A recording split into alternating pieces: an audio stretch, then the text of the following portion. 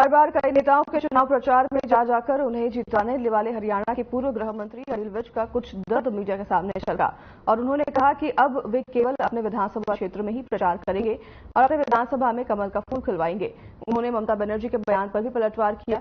साथ ही कांग्रेस के राष्ट्रीय अध्यक्ष मल्लिकार्जुन खड़गे और राहुल गांधी सहित पूरी कांग्रेस जमकर निशाना साधा।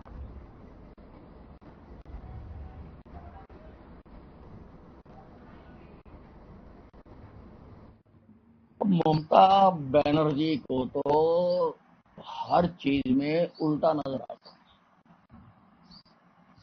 सच को झूठ नजर आता है, झूठ में सच नजर आता है, अच्छे में बुरा नजर आता है, बुरों में अच्छा नजर आता है। अब उसको अपने बंदे नजर नहीं आते।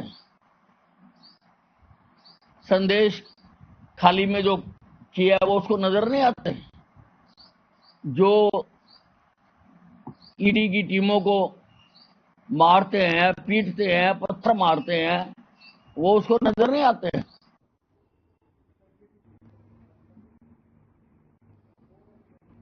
एनआईसी हरियाणा की ओर से 18वें लोकसभा आम चुनाव के मद्देनजर इस बार एक मोबाइल ऐप और वेबसाइट तैयार की गई है, जिसका प्रयोग कर मतदाता पोलिंग बूथ पर लगी मतदाताओं की लाइन के बारे में जानकारी हासिल कर अपनी सुविधा के अनुसार वोट डालने के लिए बूथ पर जा सकते हैं।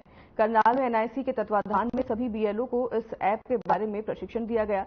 तो वहीं एनआईसी के संयुक्त निदेशक कमल त्यागी ने बताया कि हरियाणा राज्य चुनाव आयोग की ओर से एनआईसी द्वारा बनाए गए ऐप को स्वीकृति प्रदान कर दी है। इस ऐप को वोटर्स इन क्यू का नाम दिया गया है। देश में पहली बार पायलट प्रोजेक्ट के तौर पर इस वोटर ऐप का इस्तेमाल हरियाणा के करीब 2.5 दर्जन विधानसभा क्षेत्रों में ही किया जा सकता है। उन्होंने बताया कि इस मोबाइल ऐप को भारत निर्वाचन आयोग ने भी प्रयोग के तौर पर अपनी स्वीकृति प्रदान कर दी है।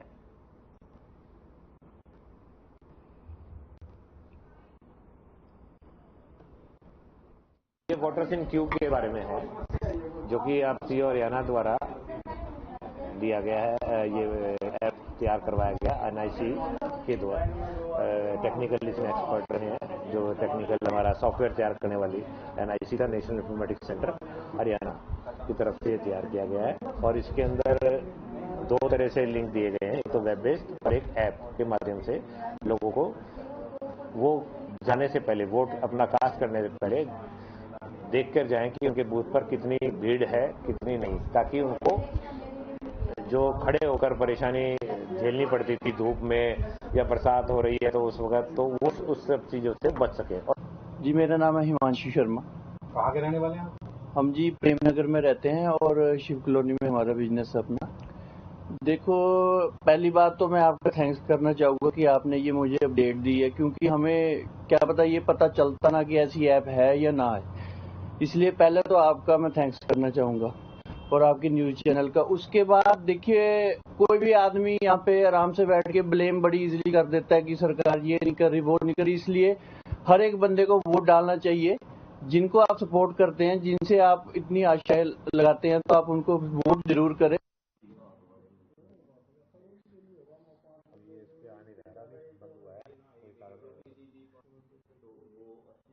इंडस्ट्रियल एरिया फेज 1 में नगर निगम के हॉर्टिकल्चर वेस्ट में सुबह करीब 6:30 बजे भीषण आग लग गई।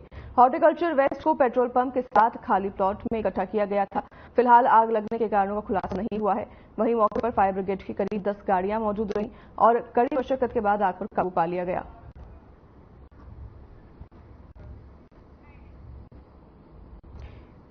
तस्वीरें हम आपको दिखा रहे हैं। हॉर्टिकल्चर में ये आग लगने की खबर सामने आई थी। हालांकि गाड़ी वहां पर पहुंच गई है फायर ब्रिगेड की, जिन्होंने बड़ी मुश्किल के बाद आग पर काबू पा लिया है। लेकिन आग कैसे लगी, किन कारणों की वजह से लगी, इस पर अभी छानबीन की जा रही है। इसका अभी तक खुलासा नहीं हो पाया है। तस्वीरें आप देख रहे हैं। इंडस्ट्रियल एरिया फेज 1 में ये आग लगी थी। हालांकि आग पर काबू पा लिया गया है और आग लगने के कारणों का अभी तक पता नहीं चल पाया है, जिस पर लगातार छानबीन की जा रही है।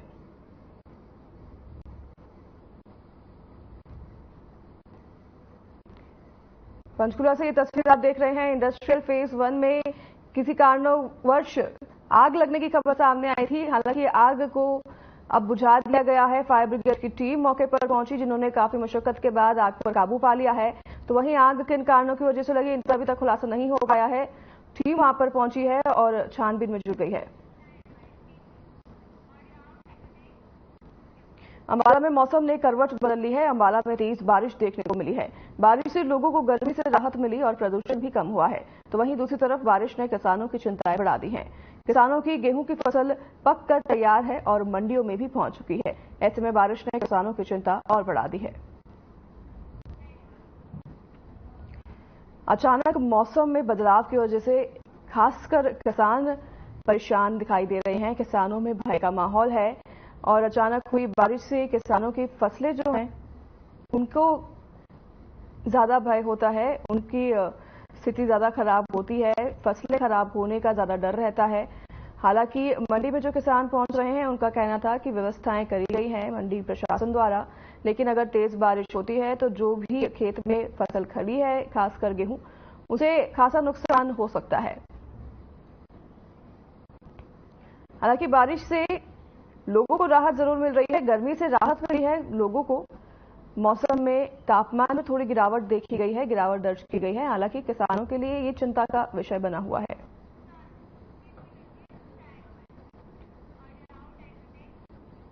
1 अप्रैल से हरियाणा की मंडियों में गेहूं की सरकारी खरीद शुरू हो गई है। हालांकि मौसम में बदलाव के कारण और सुबह हुई तेज बरसात से किसानों में भय का माहौल था, लेकिन मंडी में प्रशासन की व्यवस्थाएं दुरुस्त देखने को मिली, जिससे कि किसानों की फसलें भीगने से बच गई। तो वहीं किसानों का कहना है कि अगर ज्यादा बरसात होती है तो खेतों में खड़ी फसल को नुकसान हो सकता है।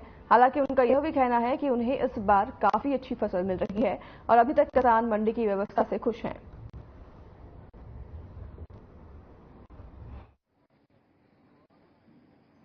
बारिश तो वैसे ना की बराबरी है जी, बारिश तो कोई ज़्यादा नहीं।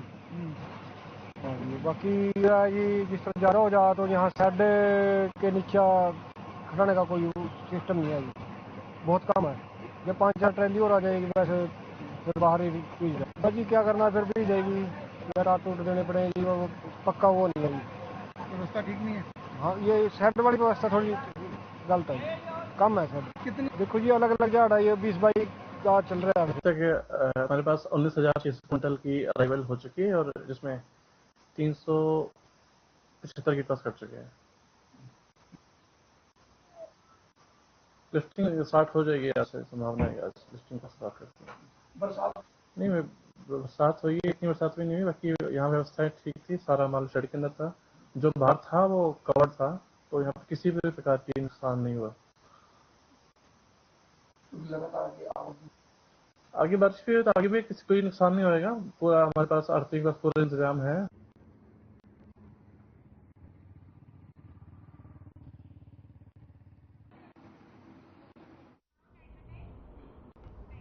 वक्त हो चला एक छोटे से ब्रेक का, जल्द हाजिर होंगे आपके पास इस ब्रेक के बाद।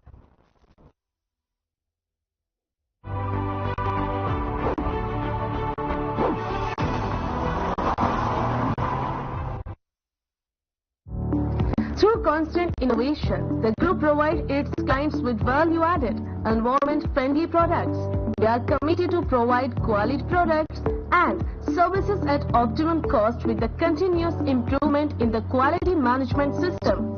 Producing high-value paper, making us India's largest producer of branded papers, fine papers and packaging broad segments. Focused on customers in all our operations. Hence, extensive investments are made towards people and people practices. KRPL world's leading eco-friendly paper from agro residue. नमस्कार। एक व्यक्ति पहाड़ की चोटी पर रहता था और 2 मटकों में पानी भरकर एक डंडे के दोनों ओर बांधकर कंधे पर रखकर ले जाता था। हर रोज का ये उसका नियम था। कुछ दिन बाद उसके एक मटके में छेद हो गया। अब जब वो घर पहुंचता था तो स्वाभाविक है एक मटके में कम पानी होता था और दूसरा भरा रहता था, लेकिन वो यही क्रम जारी रखता था। उसने टूटा हुआ मटका कुछ सोचकर चेंज नहीं किया। एक दिन उसकी पत्नी ने कहा, तुम इतनी मेहनत कर ही रहे हो तो टूटे हुए मटके को चेंज क्यों नहीं कर लेते? व्यक्ति थोड़ा मुस्कुराया और पत्नी को उस रास्ते पर ले गया जहां से वो हर रोज पानी लेकर आता था। पत्नी देख के हैरान हो गई कि जिस साइड का मटका टूटा हुआ था और पानी गिरता था जहां, उस ओर फूल पौधे लहरा रहे थे, जबकि दूसरी ओर जहां मटका ठीक था और पानी नहीं गिर रहा था वहां केवल सूखा ही सूखा था। पत्नी को समझ आ गया, फूटे हुए मटके को धोने का क्या रहस्य है। मित्रों, कोई भी चीज, कोई भी व्यक्ति बेकार नहीं होता, बस उसे सही इस्तेमाल करना आना चाहिए। दोस्तों, ईश्वर के हर फैसले पर खुश रहो, क्योंकि ईश्वर वो नहीं देते जो आपको अच्छा लगता है, बल्कि ईश्वर वो देते हैं जो सबके लिए अच्छा है। नमस्कार।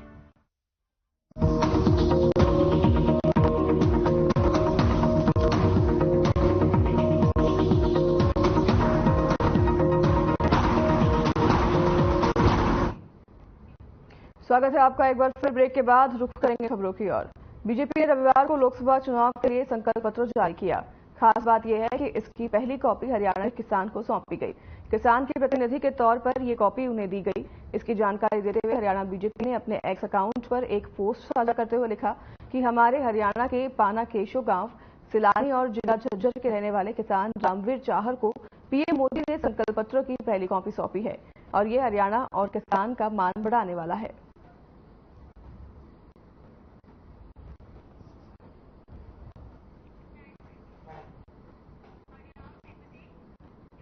फरीदाबाद पृथला विधानसभा से पूर्व विधायक और बीजेपी वरिष्ठ नेता टेकचंद शर्मा ने लोकसभा प्रत्याशी के खिलाफ मोर्चा खोल दिया है। उनका कहना है कि वे लोकसभा चुनाव में बीजेपी प्रत्याशी के साथ चुनाव प्रचार नहीं करेंगे। इसके साथ ही पूर्व विधायक ने लोकसभा प्रत्याशी पर भ्रष्टाचार के आरोप लगाते हुए कहा कि लोकसभा क्षेत्र में बीजेपी प्रत्याशी की अच्छी छवि नहीं है। साथ ही उन्होंने कहा कि फरीदाबाद लोकसभा से बीजेपी को नुकसान उठाना पड़ सकता है।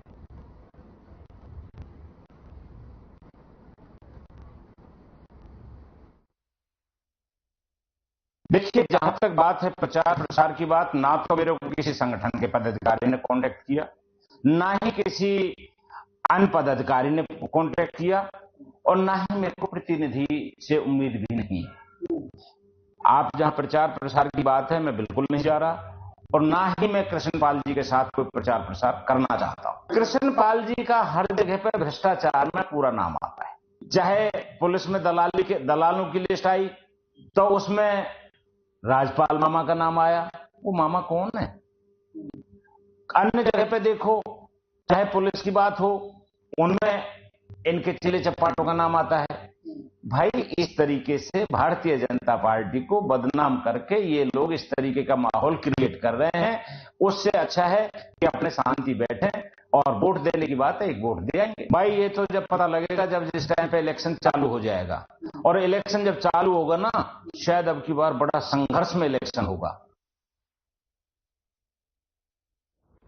प्रदेश के उद्योग मंत्री मुंजल शर्मा ने अंबेडकर जयंती के उपलक्ष्य में बल्लभगढ़ के अंबेडकर चौक पहुंचकर डॉक्टर भीमराव अंबेडकर की प्रतिमा पर पुष्प अर्पित कर उनको श्रद्धांजलि दी और अपने दिन की शुरुआत की। वहीं बल्लभगढ़ में जगह जगह अंबेडकर जयंती को लेकर कार्यक्रम आयोजित किए गए। इस मौके पर उन्होंने कहा कि भारत रत्न डॉक्टर भीमराव अंबेडकर का नाम तब तक रहेगा जब तक सूरज चांद रहेगा।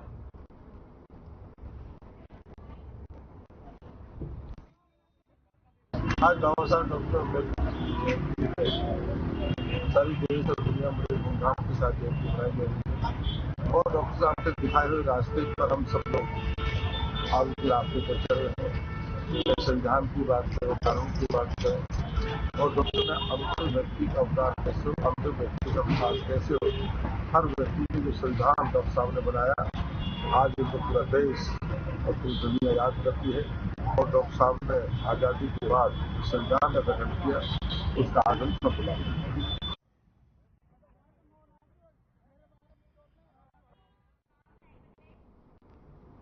नूंह जिला कांग्रेस कार्यालय पर कांग्रेस नेता प्रतिपक्ष आफ्ताब अहमद की अध्यक्षता में अंबेडकर जयंती मनाई गई।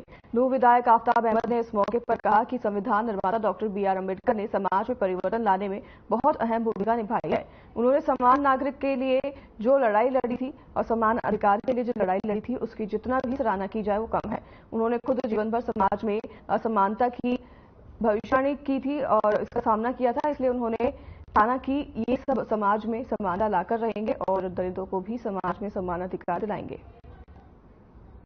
संविधान निर्माता गरीबों, दलितों और पिछड़ों के ध्वज वाहक डॉक्टर भीमराव अंबेडकर की जयंती पे हम सब कांग्रेस जन राज अकीदत पेश करते हैं।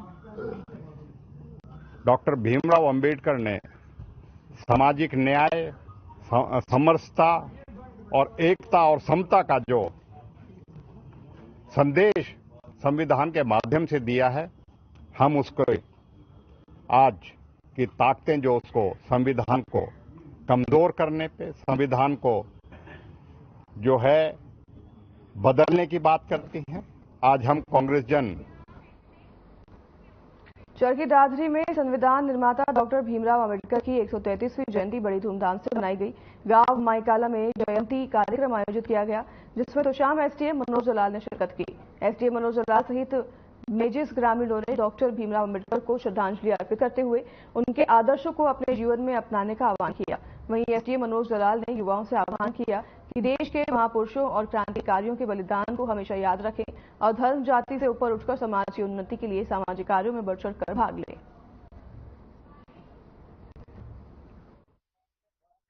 सबसे पहले तो इस भीमराव अम्बेडकर जी की जयंती पर मैं सभी को शुभकामनाएं देता हूँ। दूसरा यह कि संदेश मेरे दो ही हैं इससे, क्योंकि जब भीमराव जी चले थे अपने इस महान सामाजिक कार्यों में, तो उनके दो मूल उद्देश्य थे कि दलित का सम्मान हो, वो सभी मानव सम्मान हो और उनको अच्छे तरीके से सम्मान मिलना चाहिए, कुरीतियां समाप्त हो। और दूसरा वो ये चाह रहे थे कि महिला जो 2 दर्जे की मानी जाती है वो भी बराबर हो, और आज लगभग कमोबेश स्थिति है।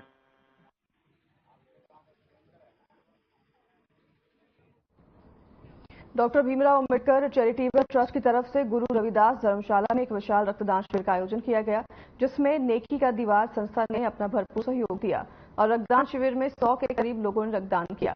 इस दौरान संस्था के प्रधान अशोक कुमार ने बताया कि बाबा साहेब डॉक्टर भीमराव अंबेडकर के जन्मदिन के उपलक्ष्य में पूरे भारतवर्ष में बड़े हर्षोल्लास से मनाया जाता है।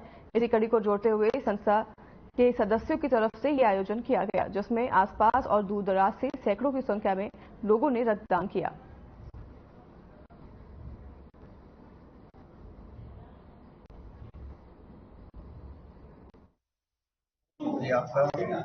हमारी संस्था नेकी की दीवार चैरिटेबल ट्रस्ट जी का और doctor Bhimrao Ambedkar charitable trust Poona के द्वारा ये कैंप लगाया जा रहा है। बाबा भीमराव अम्बेडकर जी के जन्मदिन के उपलक्ष्य में सबको बहुत बहुत बधाई और शुभकामनाएं देते हैं। और यहाँ पे जितने भी हमारे ब्लड डोनर आए हैं उनका भी तहे दिल से धन्यवाद शुक्रिया करते हैं और आपका भी बहुत बहुत शुक्रिया करते हैं। आज बाबा जी के जन्मदिन के उपलक्ष्य में बहुत अच्छी तरह से ब्लड डोनेशन कैंप में सहयोग मिल रहा है लोगों का, और बहुत गोला की जनता हमारा पूरा सहयोग कर रही है। पहले भी बहुत सहयोग मिला हमारी संस्था को और आगे भी बहुत। सर, मैं 55 बार रक्तदान दे चुका हूँ, क्योंकि रक्तदान देने से कोई कमजोरी नहीं आती। सिर्फ फर्क इतना है कि लोग घबराहट कर लेते हैं, घबराहट नहीं करना चाहिए। रक्तदान 24 घंटे में पूरा हो जाता है, क्योंकि मैं 1998 से लगातार समाज सेवा कर रहा हूँ। आज नेकी की दीवार और भीमराव अम्बेडकर ट्रस्ट को मैं बहुत बहुत साधुवाद देता हूँ। आज भीमराव अम्बेडकर की जयंती है, इनके जन्म दिवस पर मैं अपने भारतवासी, शहरवासी, जिलावासी सभी को हार्दिक शुभकामनाएं देना चाहता हूँ। राउत साहब, आज मुला वार्ड नंबर 11 में संत श्रोमणी श्री गुरुदास जी के दरबार साहिब में पहला विशाल वर्ल्ड कैंप लगाया गया, जिसमें Baba doctor B R Ambedkar charitable trust मुला के द्वारा नेकी की दीवार चैरिटेबल ट्रस्ट जी का सहयोग से लगाया गया। इसमें लगभग 100 के करीब लोगों ने डोनेशन किया है। लोगों का बहुत सहयोग मिल रहा है जी। पूरा गांव मुला और बाहर से भी लोग बहुत ज्यादा आए हुए हैं, सभी का सहयोग मिल रहा है, भरपूर सहयोग। कुरुक्षेत्र जिला की विभिन्न अनाज मंडियों में गेहूं की आमद तेज हो गई है। हालांकि प्रशासन की तरफ से किसानों को कहा गया है कि मौसम की स्थिति को देखकर ही मंडियों में गेहूं लेकर आएं। मंडियों में फसल के रखने एवं बरसात से बचाने के लिए भी व्यवस्था की गई है। कुरुक्षेत्र की थानेसर अनाज मंडी में विभिन्न एजेंसियों ने कल 69,665 क्विंटल गेहूं की खरीद की तथा 27,000 क्विंटल गेहूं की लिफ्टिंग भी हुई है। वहीं कुरुक्षेत्र जिला भर की अनाज मंडियों में गेहूं खरीद के सीजन में अब तक खरीद एजेंसियों द्वारा अलग अलग खरीद केंद्रों से कुल 55,606 मीट्रिक टन गेहूं की खरीद की गई है। और इस जिले में खरीद केंद्रों पर गेहूं की खरीद का कार्य सुबह से सुचारू रूप से चल रहा है और इन खरीद केंद्रों पर किसान अपनी फसलों को लेकर अपने निर्धारित शेड्यूल के अनुसार खरीद केंद्रों पर पहुंच रहे हैं।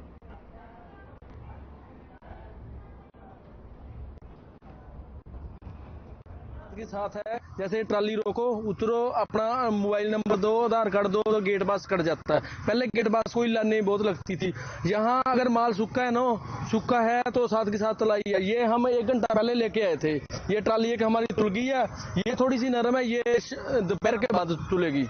बाकी वो है, उसको अब मशीन लगेगी।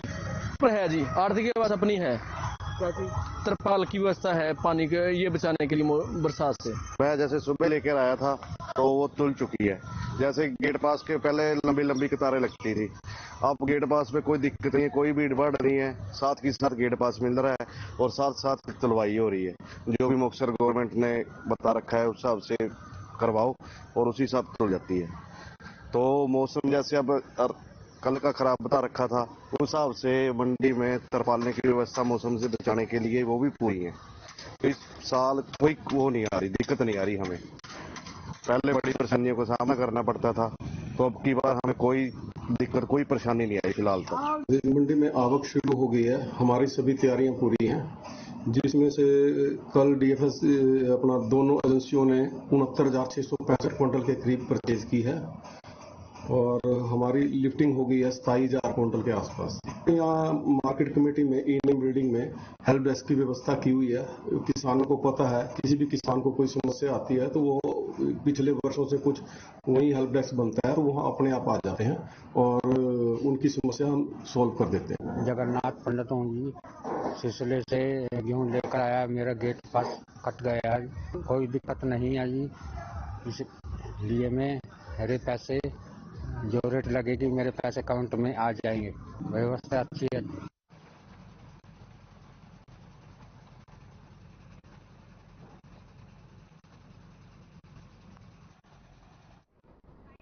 तो फिलहाल इस बुलेटिन में हमारे साथ बस उतना ही। नमस्कार।